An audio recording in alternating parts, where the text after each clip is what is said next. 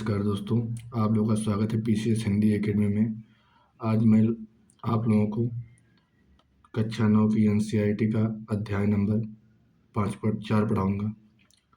दोस्त, अध्याय का नाम है जलवायु।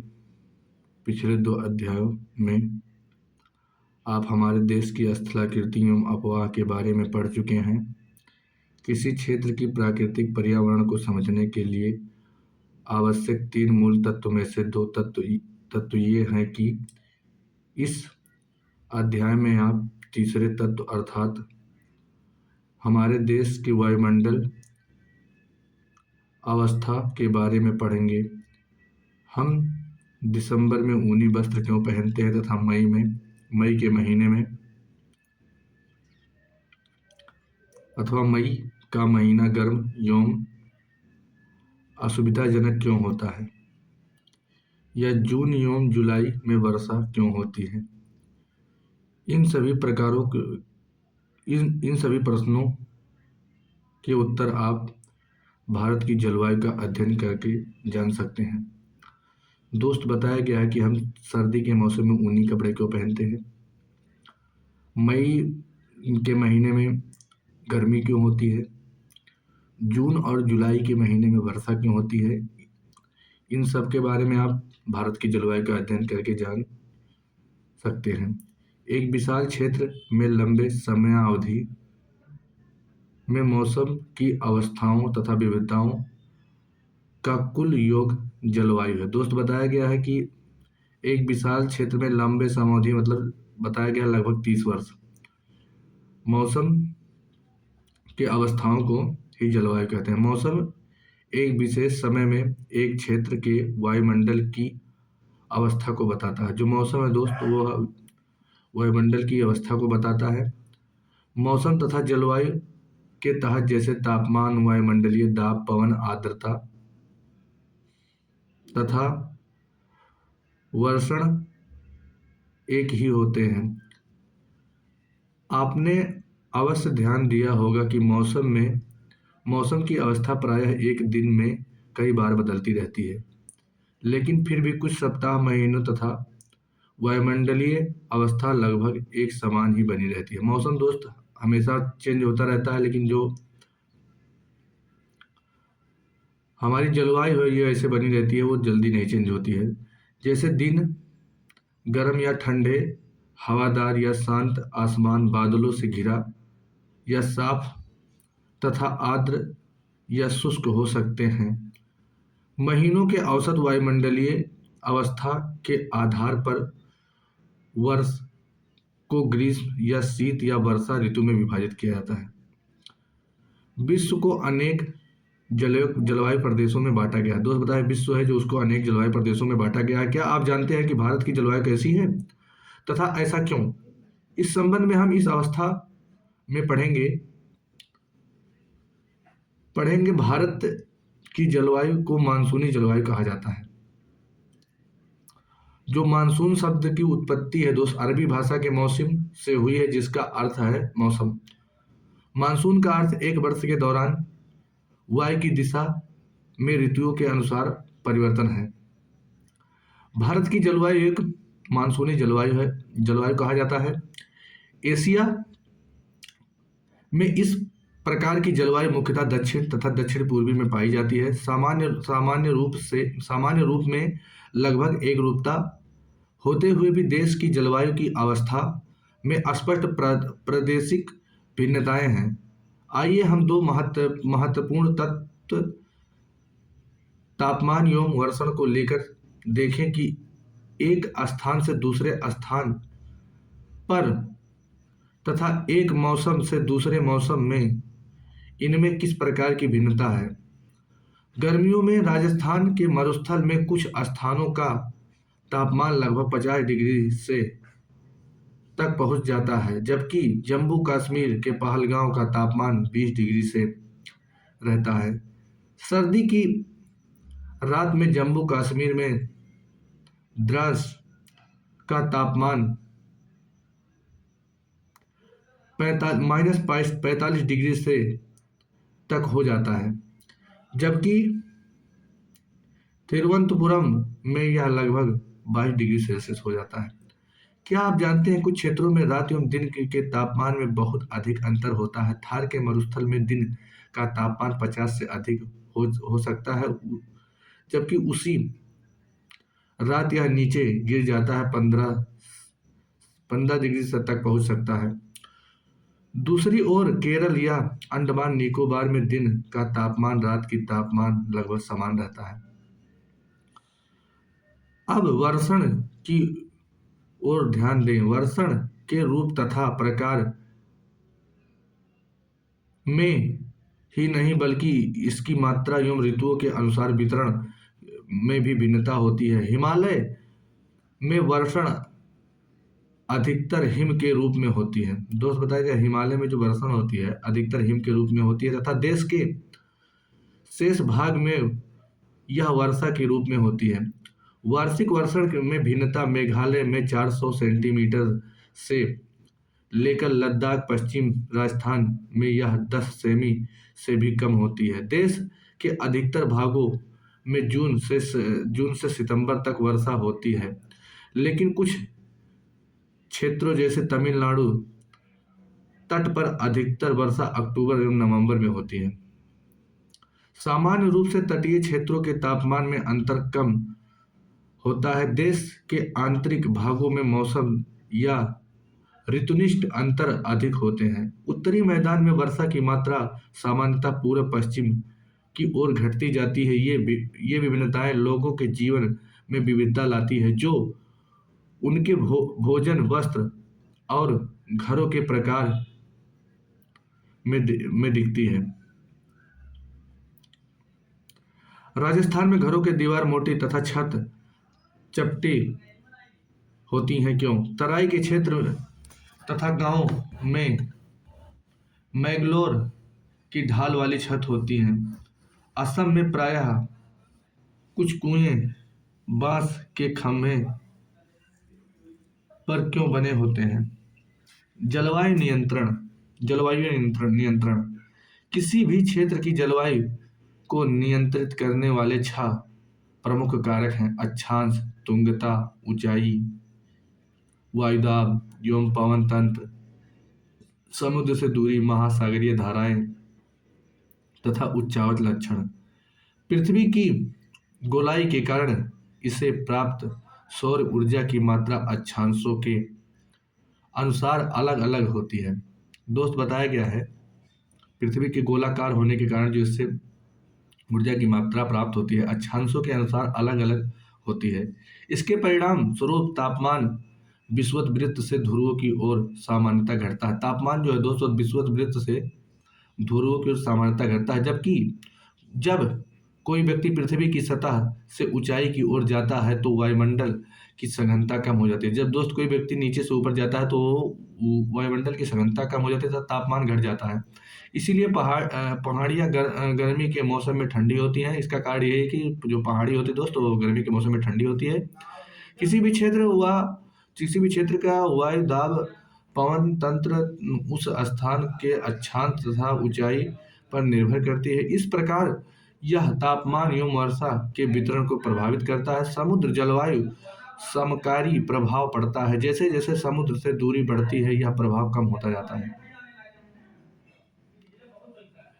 एवं लोग विषम मौसमी अवस्थाओं को महसूस करते हैं। इसे महाद्वीपीय अवस्था कहते हैं। गर्मी में बहुत अधिक गर्मी तथा सर्दी में बहुत अधिक सर्दी, इसे महाद्वीपीय अवस्था कहते हैं। महासागरीय धाराएं समुद्र के तट की ओर चलने वाली हवाओं के साथ तटीय क्षेत्रों की जलवायु को प्रभावित करती हैं। दोस्तों महासागरीय धाराएं होती हैं वो हवाओं के साथ तट की ओर चलती हैं और वो जलवायु को प्रभावित करती हैं। उदाहरण के लिए कोई भी तटीय क्षेत्र जहाँ गर्म या ठंडी धाराएं बहती हैं और वायु की दिशा समुद्र से तट की ओर हो तब वह गर्म या ठंडा हो जाएगा। विश्व के अधिकतर मरुस्थल उपोष्ण कटिबंधीय भागों में स्थित महाद्वीपों के पश्चिम किनारे पर क्यों स्थित है? अंत में किसी स्थान की जलवायु को निर्धारित करने में उच्चावच की महत्वपूर्ण महत्वपूर्ण भूमिका होती है। दोस्त, किसी स्थान की जलवायु का निर्धारण करना है तो उच्चावच की महत्वपूर्ण भूमिका होती है। ऊंचे पर्वत ठंडी अथवा गर्म वायु को अवरोधित करते हैं। जो ऊंची पर्वत होते हैं दोस्त, ये ठंडी अथवा गर्म वायु को अवरोधित करते हैं। यदि इनकी ऊंचाई इतनी हो कि वह वर्षा लाने वाली वायु के रास्तों को रोकने में सक्षम हो तो यह उस क्षेत्र में वर्षा के कारण भी बन सकते हैं। पर्वतों में पवना विमुख ढाल अपेक्षाकृत सूखे होते हैं। दोस्त, जो पर्वतों में पवना विमुख ढाल जो होते हैं अपेक्षाकृत सूखे होते हैं। भारत की जलवायु को प्रभावित करने वाले कारक अक्षांश। कर्क वृत्त देश के मध्य भाग पश्चिम में कच्छ के रन से लेकर पूरब में मिजोरम से होकर गुजरती है। देश का लगभग आधा भाग कर्क वृत्त के दक्षिण में स्थित है। दोस्त, जो बताया गया कि देश का जो आधा भाग है जो कर्क रेखा है उसके दक्षिण में स्थित है। जो उष्णकटिबंधीय क्षेत्र कर्क वृत्त के उत्तर में स्थित शेष उपोष्ण कटिबंधीय है। जो कर्क रेखा के उत्तर में है दोस्त, वह उष्णकटिबंधीय है और बाकी जो दक्षिण में है वो उपोष्ण कटिबंधीय भाग है। इसीलिए भारत की जलवायु उष्ण कटिबंधीय एवं उपोष्ण कटिबंधीय जलवायु दोनों की विशेषता उपस्थित है। ऊंचाई। भारत के उत्तर में हिमालय पर्वत है। इसकी औसत ऊंचाई लगभग 6000 मीटर है। भारत का तटीय क्षेत्र भी विशाल है, जहां अधिकतम ऊंचाई लगभग 300 मीटर लगभग 30 मीटर है। हिमालय मध्य एशिया से आने वाली ठंडी हवाओं को भारतीय उपमहाद्वीपों में प्रवेश करने से रोकता है। दोस्तों, जो हमारा हिमालय है यह मध्य एशिया से आने वाली जो ठंडी हवाएं हैं उनको उपमहाद्वीपों में प्रवेश करने से रोकता है। इन्हीं पर्वतों के कारण इस क्षेत्र में मध्य एशिया की तुलना में ठंड कम पड़ती है। वायु दाब एवं पवन। भारत की जलवायु तथा संबंधित मौसमी अवस्थाएं निम्नलिखित वायुमंडलीय अवस्थाओं से संचालित होती है। वायु दाब एवं धरातलीय पवनें। ऊपरी वायु परिसंचरण तथा पश्चिमी चक्रवाती विक्षोभ एवं उष्णकटिबंधीय चक्रवात। भारत उत्तर पूर्वी व्यापारिक पवनों वाले क्षेत्र में स्थित है। जो भारत है दोस्तों उत्तर पूर्वी व्यापारिक पवनों वाले क्षेत्र में स्थित है। ये पवनें उत्तरी गोलार्ध के उपोष्ण कटिबंधीय उच्च दाब पेटी से उत्पन्न होती हैं। दोस्तों, जो व्यापारिक पवनें हैं ये उत्तरी गोलार्ध के उष्ण कटिबंधीय उच्च दाब पेटी से उत्पन्न होती हैं। ये दक्षिण की ओर बहती हैं। कोरियालिस बल के कारण दाहिने ओर विक्षेपित होकर विषुवतीय निम्न दाब वाले क्षेत्र में बढ़ती है। सामान्यतः इन पवनों में नमी की मात्रा बहुत कम होती है, क्योंकि ये स्थलीय भागों पर उत्पन्न होती हैं एवं बहती हैं। इसीलिए इन पवनों के द्वारा वर्षा कम या नहीं होती। व्यापारिक पवनों के कारण दोस्त इसी कारण वर्षा कम होता है, क्योंकि ये मतलब उतनी नम नहीं होती हैं। इस प्रकार भारत को शुष्क क्षेत्र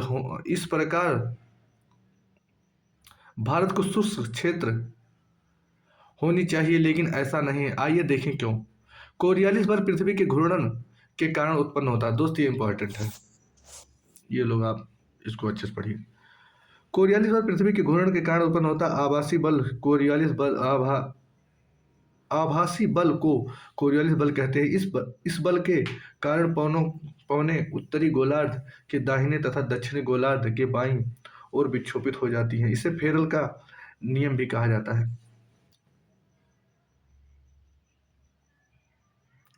भारत की वायु दाब एवं पवन तंत्र अद्वितीय है। शीत ऋतु में हिमालय के उत्तर में उच्च दाब होता है। इस क्षेत्र की ठंडी शुष्क हवाएं दक्षिण में निम्न दाब वाले महासागरीय क्षेत्रों के ऊपर बहती हैं। ग्रीष्म ऋतु में आंतरिक एशिया एवं उत्तरी पूर्वी भारत के ऊपर निम्न दाब का क्षेत्र उत्पन्न हो जाता है। इसके कारण गर्मी के दिनों में वायु की दिशा पूरी तरह से परिवर्तित हो जाती है। वायु दक्षिण में स्थित हिंद महासागर के उच्च दाब वाले क्षेत्र से दक्षिण पूर्वी दिशा में बहते हुए विषुवत वृत्त को पार कर दाहिनी ओर मुड़ते हुए भारतीय उपमहाद्वीप में स्थित निम्न दाब की ओर बहने लगती है। इन्हें दक्षिण पश्चिमी मानसूनी पवनों के नाम से जाना जाता है। ये पवनें कोस्ट महासागरों के ऊपर बहती हैं, नमी ग्रहण करती हैं तथा भारत की मुख्य भूमि पर वर्षा कराती हैं। दक्षिण पश्चिमी जो मानसूनी पवनें होती हैं दोस्त, ये भारत की मुख्य भूमि पर वर्षा कराती हैं। इस प्रदेश में ऊपरी वायु परिसंचरण पश्चिमी प्रवाह के प्रभाव में रहता है। इस प्रवाह का एक मुख्य घटक जेठ धारा है। जेठ धाराएं लगभग 27 डिग्री से 30 डिग्री अक्षांशों के बीच स्थित होती है, इसीलिए इसे उपोष्ण कटिबंधीय पश्चिम जेठ धाराएं कहा जाता है। भारत में ये जेठ धाराएं ग्रीष्म ऋतु को छोड़कर पूरे वर्ष हिमालय के जेठ धारा ये एक संकरी पट्टी में स्थित क्षोभ मंडल है। अत्यधिक ऊंचाई 1200 मीटर से अधिक वाली पश्चिमी हवाएं होती हैं। जेट धाराएं जो होती हैं दोस्तों 1200 मीटर से अधिक 12,000 मीटर से अधिक वाली पश्चिमी, मतलब जो जेट धाराएं हैं दोस्त, ये 12,000 मीटर से अधिक ऊंची होती हैं, पश्चिमी हवाएं होती हैं। इनकी गति गर्मी में 120 किलोमीटर प्रति घंटे एवं सर्दी में 184 किलोमीटर प्रति घंटे होता है। जो जो जेट धाराएं होती हैं बहुत तेजी से चलती हैं। बहुत सी अलग अलग जेट धाराओं को पहचाना गया है। उनमें सबसे स्थिर मध्य अक्षांशीय एवं उपोष्ण कटिबंधीय जेट धाराएं हैं। दक्षिण में प्रवाहित होती है। इस पश्चिमी प्रवाह के द्वारा देश के उत्तरी एवं उत्तरी पश्चिमी भाग में पश्चिमी चक्रवाती विक्षोभ आते हैं। गर्मियों में सूर्य के आभासी गति के साथ ही उपोष्ण कटिबंधीय पश्चिमी जेट धाराएं हिमालय के उत्तर में चलती हैं। एक पूर्वी जेट धाराएं जिसे उपोष्ण कटिबंधीय पूर्वी जेट धाराएं कहा जाता है। गर्मी के महीने में प्रायद्वीपीय भारत के लगभग उत्तरी अक्षांश में प्रवाहित होती है। सर्दी के महीने में उत्पन्न होने वाली पश्चिमी चक्रवातीय विक्षोभ भूमध्य सागरीय क्षेत्र से आने वाली पश्चिमी प्रवाह के कारण होती है।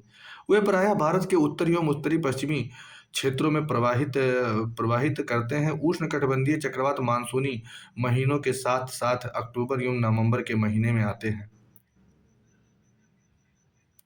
तथा ये पूर्वी प्रवाह के एक भाग होते हैं एवं देश के तटीय क्षेत्रों को प्रभावित करते हैं। क्या आपने आंध्र प्रदेश एवं उड़ीसा के तटों पर उनके द्वारा किए गए विनाश के बारे में पढ़ा या सुना है? दोस्त बताया गया कि जो ये विनाश करती हैं उनके बारे में क्या आप लोगों ने पढ़ा है?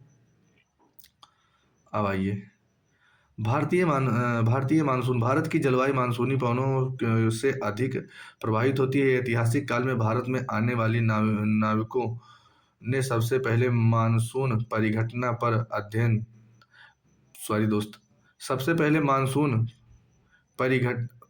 पर ध्यान दिया। पवन तंत्र की दिशा उलट जाने के कारण उन्हें लाभ हुआ, चूंकि उनके जहाज पवन के प्रवाह की दिशा पर निर्भर करते हैं। अरबवासी जो व्यापारियों की तरह भारत आए, उन लोगों ने पवन तंत्र के इस मौसमी उत्क्रमण को मानसून का नाम दिया।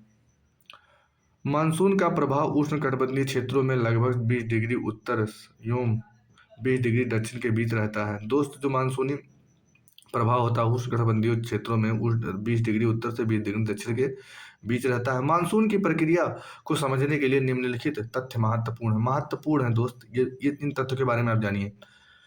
स्थल तथा जल के गर्म एवं ठंडे होने की विभेदरी प्रक्रिया के कारण भारत के स्थल भाग पर निम्न दाब का क्षेत्र उत्पन्न होता है, जबकि इसके आसपास समुद्र के ऊपर उच्च दाब का क्षेत्र बनता है।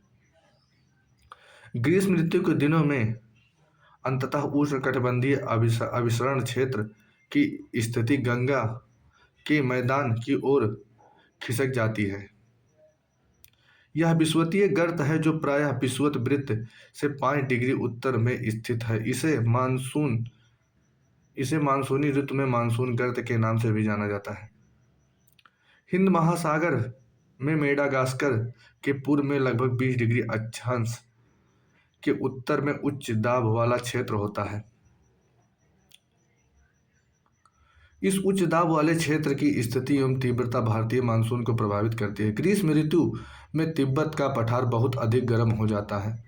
इसके परिणाम स्वरूप पठार के ऊपरी समुद्र तल से लगभग 9 किलोमीटर की ऊंचाई पर तीव्र ऊर्ध्वाधर वायु धाराएं एवं उच्च दाब का निर्माण होता है। ग्रीष्म ऋतु में हिमालय के उत्तर पश्चिमी धाराओं जेट धाराओं तथा भारतीय मानसून के ऊपर उष्णकटिबंधीय पूर्वी जेट धाराओं का प्रभाव होता है।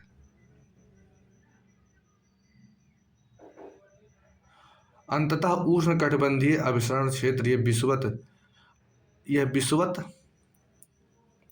में विस्तृत गर्तों एवं निम्न दाब क्षेत्र होते हैं।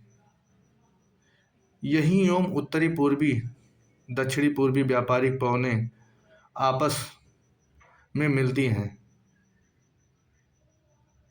यह अभिसरण क्षेत्र विषुवत वृत्त के लगभग समानांतर हैं, लेकिन सूर्य की आभासी गति के साथ साथ यह उत्तर या दक्षिण की ओर खिसकता है। इसके अतिरिक्त दक्षिणी महासागरों के ऊपर दाब की अवस्थाओं में परिवर्तन भी मानसून को प्रभावित करता है। सामान्यतः जब दक्षिणी प्रशांत महासागर के उष्णकटिबंधीय पूर्वी भाग में उच्च दाब होता है, तब हिंद महासागर के उष्णकटिबंधीय पूर्वी भाग में निम्न दाब होता है। लेकिन कुछ विशेष वर्षों में वायु दाब स्थिर या विपरीत हो जाता है तथा पूर्वी प्रशांत महासागर के ऊपर हिंद महासागर की तुलना में निम्न दाब का क्षेत्र बन जाता है। दाब की अवस्था में यह नियतकालिक परिवर्तन को दक्षिणी दोलन के नाम से जाना जाता है। डार्विन उत्तरी ऑस्ट्रेलिया हिंद महासागर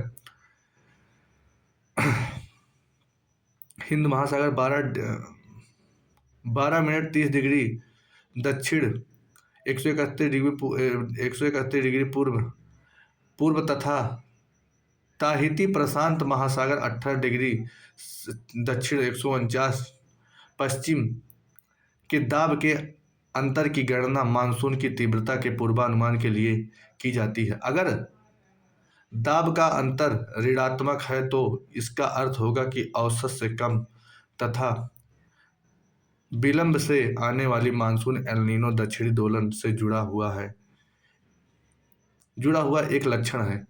यह एक गर्म समुद्री धारा है जो दोस्त दक्षिणी दोलन से जो एल नीनो आती है, यह एक गर्म समुद्री जलधारा है जो पेरू की ठंडी धारा के स्थान पर प्रत्येक 2 से 5 वर्षों के अंतराल में पेरू तट से होकर बहती है। दाब की अवस्था में परिवर्तन का संबंध एल नीनो से है। दोस्त बता के जो दाब की अवस्था में जो परिवर्तन होता है एल नीनो से है, इसीलिए इस परिघटना को एल नीनो दक्षिण दोलन कहा जाता है। एल नीनो ठंडी पेरू जलधारा के स्थान पर अस्थायी तौर पर गर्म धारा के विकास को एल नीनो का नाम दिया गया है। एल नीनो स्पेनिश शब्द है। एल नीनो जो दोस्त स्पेनिश शब्द है जिसका अर्थ होता है बच्चा तथा जो कि बेबी क्राइस्ट को व्यक्त करता है, क्योंकि यह धारा क्रिसमस के समय बहना शुरू करती है। एल नीनो की उपस्थिति समुद्र की सतह के तापमान को बढ़ाता है। जो एल नीनो की स्थिति होती है जो समुद्र की सतह के तापमान को बढ़ाता है तथा उस क्षेत्र में व्यापारिक पवनों को शिथिल कर देता है। मानसून का आगमन एवं वापसी। व्यापारिक पवनों के विपरीत मानसूनी पवनें नियमित नहीं हैं, लेकिन ये संपादमान प्रकृति की होती हैं। उष्णकटिबंधीय समुद्रों के ऊपर प्रवाह के दौरान विभिन्न वायुमंडलीय अवस्थाओं से प्रभावित होती है। मानसून का समय जून आरंभ से लेकर मध्य सितंबर तक 100 से 120 दिनों के बीच होता है। इसके आगमन के समय सामान्य वर्षा अचानक वृद्धि हो जाती है तथा लगातार कई दिनों तक यह जारी रहती है। इसे मानसून प्रस्फोट फटना कहते हैं तथा इसे मानसून पूर्व बौछार से पृथक किया जा सकता है। दोस्तों, अब मानसून का आगमन एवं वापसी। व्यापारिक पवनों के विपरीत मानसूनी पवनें नियमित नहीं हैं, लेकिन ये संपादमान प्रकृति की होती हैं। उष्णकटिबंधीय समुद्रों के ऊपरी प्रवाह के दौरान ये विभिन्न वायुमंडलीय अवस्थाओं से प्रभावित होती हैं। मानसून का समय जून के आरंभ से लेकर सितंबर तक 100 से 120 दिनों के बीच होती है। इसके आगमन के समय सामान्य वर्षा होती है उसमें दोस्त उससे अचानक वृद्धि हो जाती है तथा लगातार कई दिनों तक यह जारी रहती है। इसे मानसून प्रस्फोट या मानसून फटना भी कहा जाता है। इसे मानसून पूर्वी बौछार से पृथक किया जा सकता है। सामान्य जून के प्रथम सप्ताह में मानसून भारतीय प्रायद्वीप के दक्षिण छोर से प्रवेश करती है। इसे बाद यह दो भागों में बढ़ जाती है। दोस्तों, जो ये है मानसून या दो भागों में बढ़, अरब की सागर की शाखा एवं बंगाल की खाड़ी की शाखा। अरब सागर की शाखा लगभग 10 दिन बाद 10 जून के आसपास बंबई पहुंचती है। यह एक तीव्र प्रगति है। बंगाल की खाड़ी की शाखा भी तीव्रता से आगे और बढ़ जाती है। जून के प्रथम सप्ताह में पहुंच जाती है। ऊंचे पर्वतों के कारण मानसूनी पवनें पश्चिम में गंगा के मैदान की ओर मुड़ जाती हैं। मध्य जून तक अरब सागर की शाखा सौराष्ट्र, कच्छ एवं देश के मध्य भागों में पहुंच जाती है। अरब सागर की शाखा एवं बंगाल की खाड़ी शाखा दो गंगा के मैदान के उत्तर पश्चिमी भागों में आपस में मिलती हैं। दिल्ली में सामान्यतः मानसूनी वर्षा बंगाल की खाड़ी से जून के अंतिम सप्ताह में 29 जून तक होती है। जुलाई के प्रथम सप्ताह तक मानसून उत्तर प्रदेश, पंजाब, हरियाणा तथा पूर्वी राजस्थान पहुंचता है। मध्य जुलाई में मानसून हिमालय प्रदेश एवं देश के शेष हिस्सों में पहुंच जाता है। मानसून की वापसी अपेक्षाकृत एक क्रमिक प्रक्रिया है जो भारत के उत्तर पश्चिमी राज्यों से सितंबर में आरंभ हो जाती है। मध्य अक्टूबर तक मानसून प्रायद्वीपीय के उत्तरी भाग में पूरी तरह पीछे हट जाती है। प्रायद्वीपीय दक्षिण के दक्षिणी आधे भाग में वापसी गति का तीव्र होती है। दिसंबर के आरंभ तक देश के शेष भाग से मानसून की वापसी हो जाती है। दोस्तों, जो मानसून की वापसी हो जाती है दिसंबर मतलब 15-20 दिसंबर तक आप समझ लीजिए मानसून की वापसी हो जाता है। द्वीपों एवं मानसून की सबसे पहली वर्षा होती है। द्वीपों पर दोस्तों जो द्वीप है वहां पे मानसून की सबसे पहली वर्षा होती है। यह क्रमशः दक्षिण से उत्तर की ओर अप्रैल के अंतिम सप्ताह से लेकर मई के प्रथम सप्ताह तक होती है। मानसून की वापसी क्रमशः दिसंबर के प्रथम सप्ताह से जनवरी के प्रथम सप्ताह तक उत्तर से दक्षिण की ओर होती है। इस समय देश का शेष भाग शीत के प्रभाव में होता है। ऋतुएं। मानसूनी जलवायु की विशेषता एक विशिष्ट मौसमी प्रतिरूप है। एक ऋतु से दूसरे ऋतु में मौसम की अवस्थाओं में बहुत अधिक परिवर्तन होता है। विशेषकर देश की आंतरिक भागों में यह परिवर्तन अधिक मात्रा में परिलक्षित होती है। तटीय क्षेत्र के तापमान में बहुत अधिक भिन्नता नहीं होती है, यद्यपि यहाँ वर्षा के प्रतिरूपों में भिन्नता होती है। आप अपने क्षेत्र में कितने प्रकार की ऋतुओं का अनुभव करते हैं? भारत में मुख्यतः 4 ऋतुओं को पहचाना गया है: शीत ऋतु, ग्रीष्म ऋतु, कुछ क्षेत्र विविधता के साथ मानसून के आगमन तथा वापसी का काल। शीत ऋतु। उत्तर भारत में शीत ऋतु नवंबर से आरंभ होकर फरवरी तक, भारत के उत्तर भाग में सितंबर एवं जनवरी में सबसे ठंड महीने होते हैं। दिसंबर एवं जनवरी में सबसे ठंड महीने। तापमान दक्षिण से उत्तर की ओर बढ़ने पर घट जाता है। पूर्वी तट पर चेन्नई का औसत तापमान 24 डिग्री सेल्सियस से 25 डिग्री सेल्सियस के बीच है, जबकि उत्तरी मैदान में यह 10 डिग्री सेल्सियस से 15 डिग्री सेल्सियस के बीच होता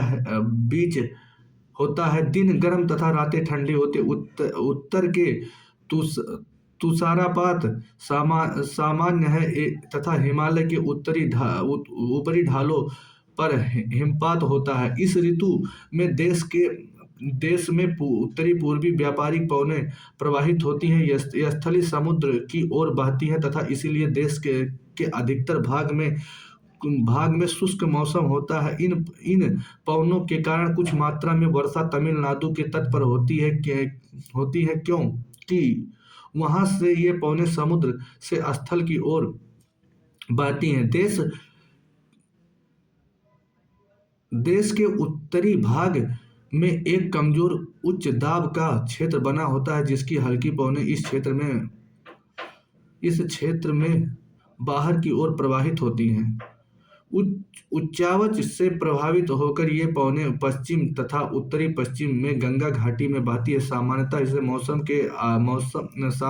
मौसम के आसमान साफ तथा तापमान तथा आर्द्रता कम एवं पवनें शिथिल तथा परिवर्तित हो जाते हैं। शीत ऋतु में उत्तरी मैदान में पश्चिम एवं उत्तर पश्चिम में चक्रवातीय विक्षोभ का अंतर्वाह विशेष लक्षण है। यह कम दाब वाली प्रणाली भूमध्य सागर एवं पश्चिमी एशिया के ऊपर उत्पन्न होती है, तथा पश्चिमी पवनों के साथ भारत में प्रवेश करती है। इसके कारण शीतकाल में मैदानों में वर्षा होती है तथा पर्वतों पर हिमपात, जिसकी उस समय बहुत अधिक आवश्यकता होती है। यद्यपि शीतकाल में वर्षा जिस स्थानीय तौर पर महावट कहा जाता है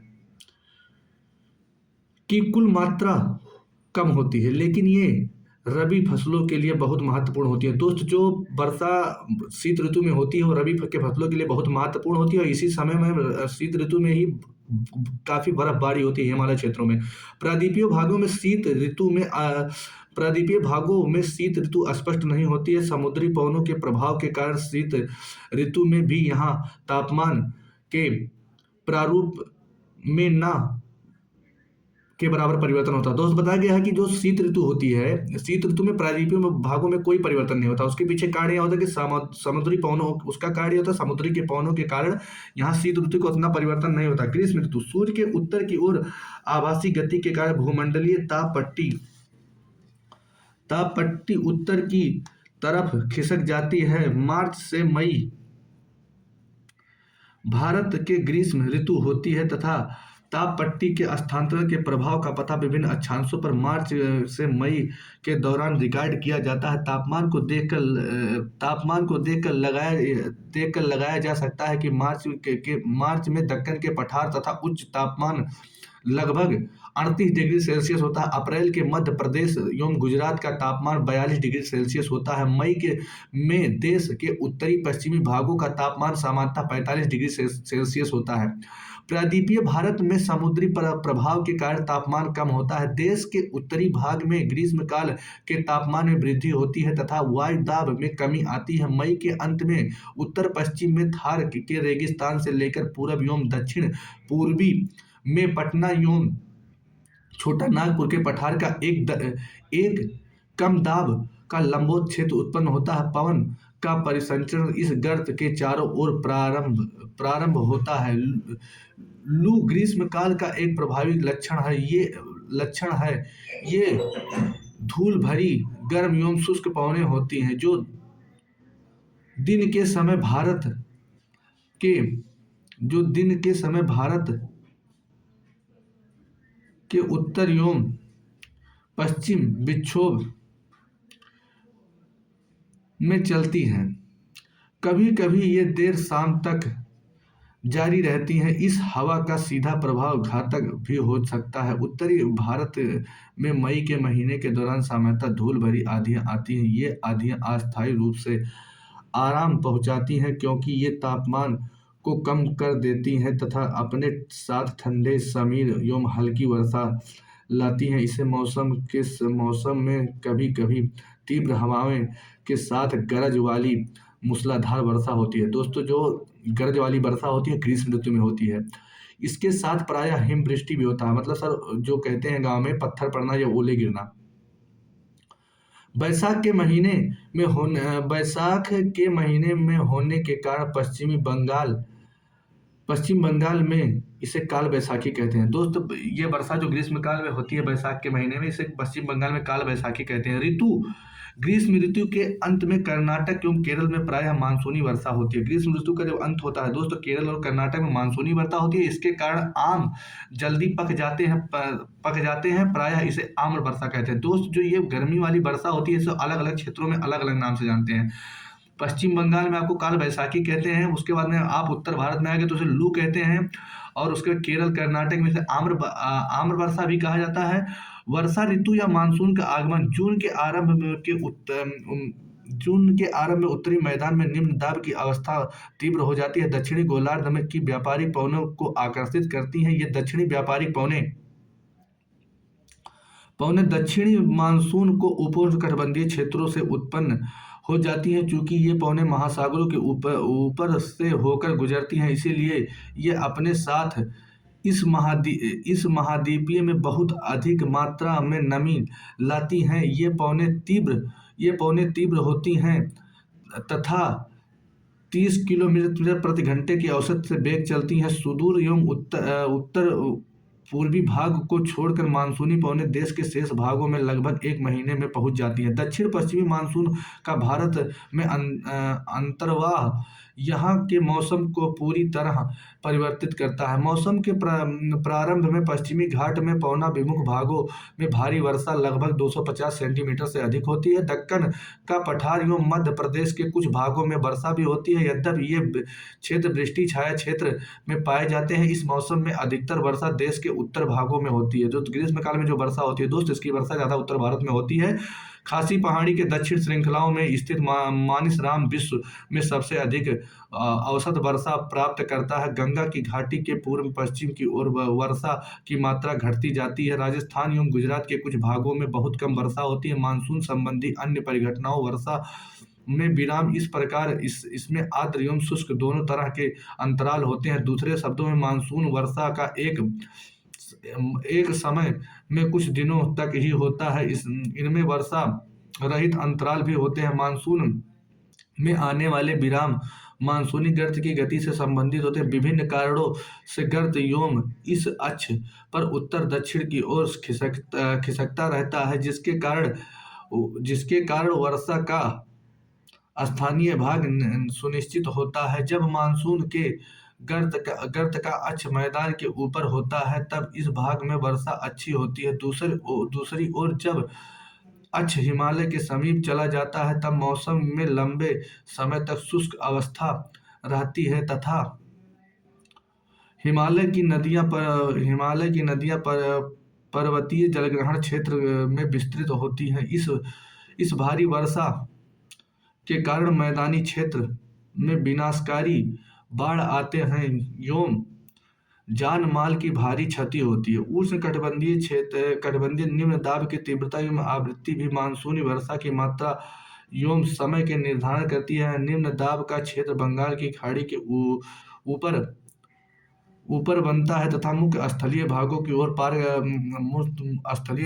ओर पार कर जाता है। यह गर्त निम्न दाब के मानसूनी गर्त के अक्ष के अनुसार होता है। मानसूनी क्षेत्र को इसकी अनिश्चितता के लिए जाना जाता है एवं शुष्क एवं आर्द्र स्थितियों की तीव्रता आवृत्ति एवं समय काल भिन्नता होती है। इसके कारण यदि एक भाग में बाढ़ आती है तो दूसरे भाग में सूखा पड़ता है। इसका आगमन एवं वापसी प्रायः अवस्थीय में होता है। इसीलिए कभी कभी देश के किसानों को कृषि कार्यों की अवस्थिति कर देता है। मानसून की वापसी एवं परिवर्तन अक्टूबर नवंबर के दौरान दक्षिण की तरफ सूर्य के आभासी गति के कारण मानसूनी गर्त का निम्न दाब वाला गर्त उत्तरी मैदान के ऊपरी शिथिल हो जाता है। धीरे धीरे उच्च दाब प्रणाली इसका स्थान ले लेती है। दक्षिण पश्चिमी मानसून शिथिल हो जाता है तथा धीरे धीरे पीछे की ओर हटने लगता है। अक्टूबर के आरंभ में मानसून पवनें उत्तर मैदान से हट जाती हैं जो उत्तरी मैदान है दोस्त, यहाँ से जो अक्टूबर के महीने में मौसम के पौने यहाँ से हट जाती है। अक्टूबर नवंबर का महीना गर्म एवं गर्म वर्षा ऋतु से शीत ऋतु वर्षा में परिवर्तन का काल होता है। मानसून की वापसी होने से आसमान साफ एवं तापमान में वृद्धि हो जाती है। ये दिन का तापमान उच्च होता है जबकि रात ठंडी एवं सुनहरी होती है। सभी स्थल अभी भी आर्द्र होते हैं। उच्च तापमान एवं आर्द्रता वाली अवस्था के कारण दिन का मौसम आहन होता है। सामान्यतः कौर की उष्ण के नाम से भी जाना जाता है। अक्टूबर के उत्तरी गोलार्ध में विशेषकर उत्तरी भारत में तापमान तेजी से गिरता है। मानसरोवर विश्व में सबसे अधिक वर्षा वाले क्षेत्र हैं। सैटेलाइट एवं गुणवत्ता के लिए प्रसिद्ध। नवंबर के प्रारंभ में उत्तरी पश्चिमी भारत में उत्तर निम्न दाब वाली अवस्था बंगाल की खाड़ी में स्थानांतरित हो जाती है। यह स्थानांतर चक्रवाती निम्न दाब से संबंध होती है, जबकि अंडमान सागर के ऊपर उत्पन्न होती है। ये चक्रवात सामान्यतः भारत के पूर्वी तट को पार करती है, जिसके कारण व्यापक एवं भारी वर्षा होती है। उष्णकटिबंधीय चक्रवात प्रायः विनाशकारी होती हैं। दोस्तों, जो उष्णकटिबंधीय चक्रवात होती है प्रायः विनाशकारी होती हैं। गोदावरी, कृष्णा, कावेरी नदियों के सघन आबादी वाले डेल्टा प्रदेश में अक्सर चक्रवात आते हैं, जिसके कारण बड़े पैमाने पर जान माल की क्षति होती है। कभी कभी ये चक्रवात उड़ीसा, पश्चिम बंगाल एवं बांग्लादेश के तटीय क्षेत्रों में पहुंच जाते हैं। कोरोमंडल तट पर अधिकतर वर्षा इन्हीं चक्रवातों तथा अवदाबों से होती है। दोस्त, जो कोरोमंडल तथा यहाँ पर जो वर्षा होती है चक्रवातों के कारण ही होती है। वर्षा का वितरण पश्चिमी तट के भागों में उत्तर भारत में लगभग 400 सेमी की वार्षिक वर्षा होती है, किंतु पश्चिमी राजस्थान में इससे सटे पंजाब, हरियाणा, गुजरात वाले भागों में 60 सेमी से कम वर्षा होती है। दक्षिणी पठार के आंतरिक भागों एवं सह्याद्री के पूर्व में भी वर्षा की मात्रा सामान्य रूप से कम होती है। इन क्षेत्रों में वर्षा की मात्रा कम होती है क्योंकि जम्मू कश्मीर, लेह में भी वर्षण की मात्रा काफ़ी कम होती है। देश के शेष हिस्से में वर्षा की मात्रा मध्यम रहती है। हिमपात हिमालयी क्षेत्रों तक ही सीमित होता है। जो हिमपात होता है मतलब जो बर्फ गिरता है वो हिमालय क्षेत्र तक ही सीमित रहा। मानसून की प्रकृति परिणाम स्वरूप एक वर्ष में दूसरे वर्ष होने वाली वार्षिक वर्षा की मात्रा में भिन्नता होती है। वर्षा की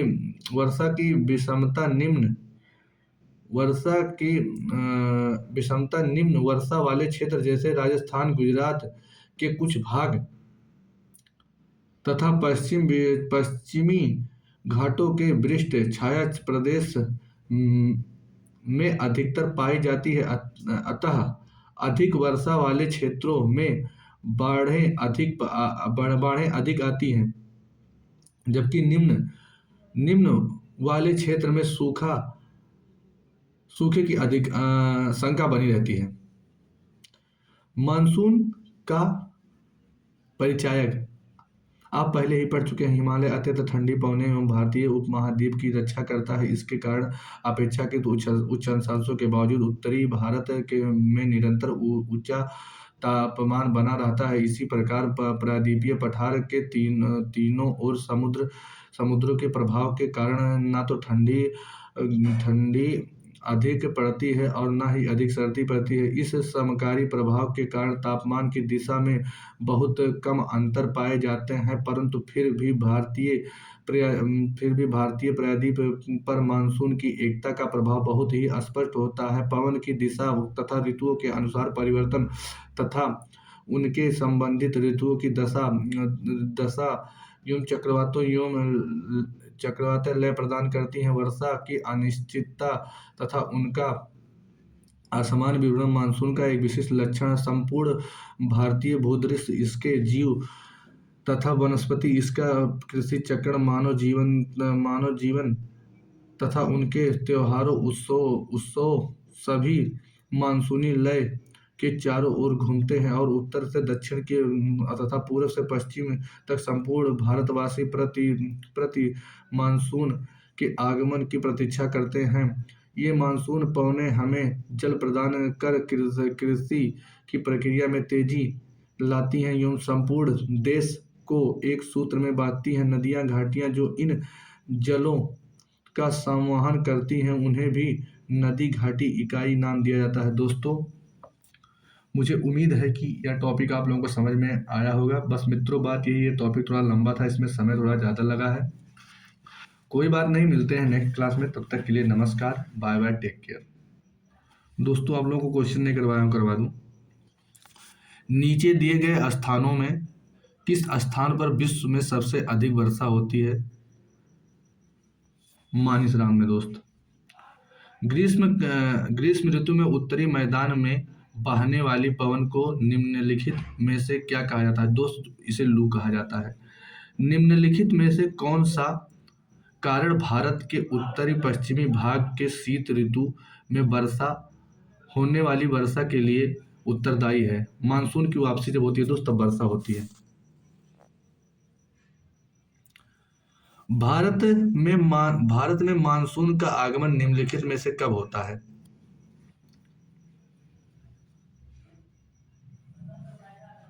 जुलाई के प्रारंभ में। निम्नलिखित में से कौन सी भारत की शीत ऋतु की विशेषता है? शीत ऋतु गर्म दिन एवं गर्म रातें, गर्म दिन एवं ठंडी रातें, ठंडे दिन एवं ठंडी रातें, ठंडा दिन एवं गर्म रातें। दोस्त, यही